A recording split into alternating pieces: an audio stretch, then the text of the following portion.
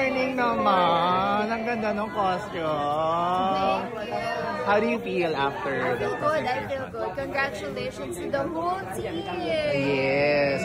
More and more of your supporters are coming here in Bangkok. Yes. I think Marga and Bea, my first runner-up and second runner-up, are here now.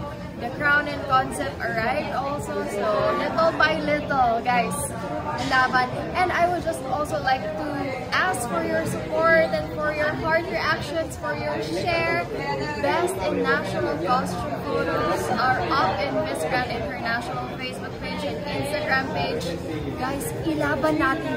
Ilaban ko na kayo. Okay. Emma, you're also getting more the most reactions on swimsuit on the page. Yes. Thank you so much. Grabe ang bayan na ng mga Pinoy, ibang class. Maraming salamat po. Ilang araw na lang. Feelings na tomorrow. Yes! Decided ka na sa evening gown? Hindi pa. Ay, hindi pa. Maraming options.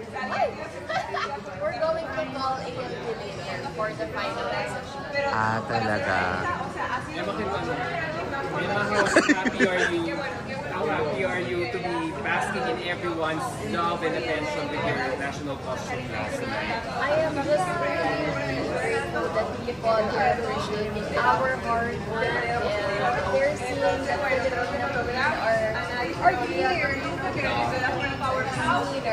are valued, are appreciated, and I would just like to also see without the help of the previous MGI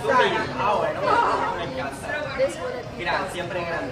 Ano sabi ni ALB sa performance? Disappoint pa kayo? Hindi ko pa siya nakausap actually. Last time siya nakausap ko.